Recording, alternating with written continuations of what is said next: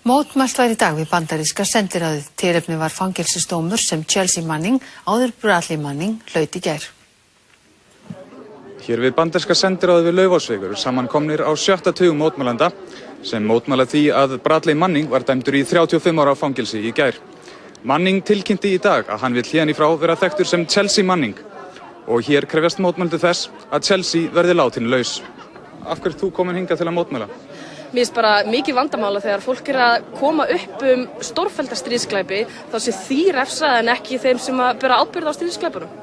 Ég var að sjá sjónvarpsþátt í morgun, bandarískan sjónvarpsþátt sem frá stjórnartíma kollega míns Ronald Reagans. Þá breyttu þau lögum þannig að fjölmiðlar allir komust undir fárramannastjórn í Bandaríkjunum. Þannig að Bandaríkjamenn fá núna engar fréttir nema frá svona lítilli klíku. Og þessi maður hérna svona einn sem að berjast gegn þessu.